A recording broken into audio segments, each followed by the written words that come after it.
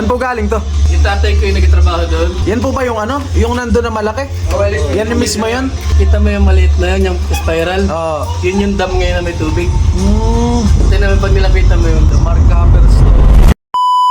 A day in the life of Pinoy Tech Studio. Ayan, dito na tayo sa bahay ni Kuya. Ano ka po? Nagbabanda?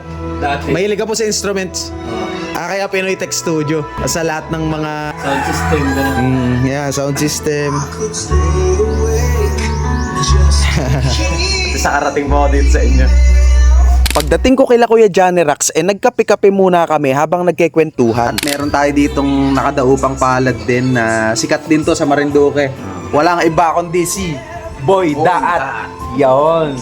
Ayan. Dito sa Puting Buhangin, Mogpog. Shoutout naman sa mga vloggers na malulupit. Ito po si Boy Dat ng Marinduque ninyong hindi mangyan.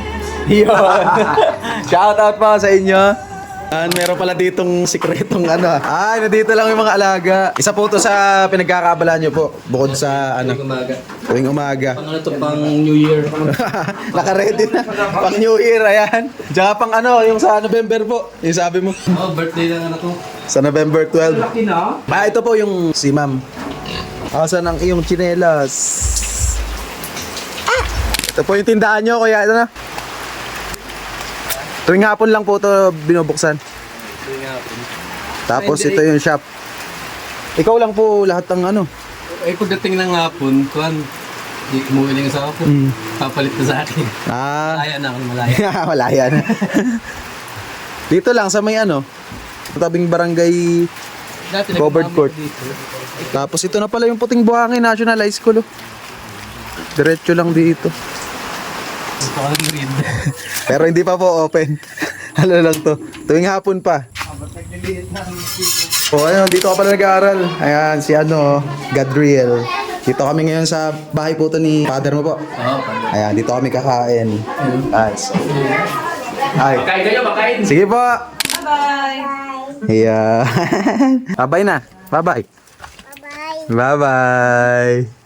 Ayan. Go na ako. In-interview ko lang muna ngayon si Kuya Johnny Rax. Pero may part 2 pa to. May adventure kaming gagawin sa sunod na pagbalik. Ayan, ihahatid niya ako. Yun. Ayan, what is up Kabaitaan? Si Sir Kabaitaan Clarence back arir again. Kasama ko naman ngayon, walang iba kundi si Pinoy Tech Studio. Ayan. Kuya, welcome po sa The MCC Loop interview. Sa interview po na to, mas makikilala po natin kung sino si Pinoy Tech Studio, ano po yung ginagawa niya sa likod ng camera, behind the scenes, tsaka paano siya nag-umpisa sa pag-vlog, lahat ng detalye. Ayan, so syempre umpisan po natin.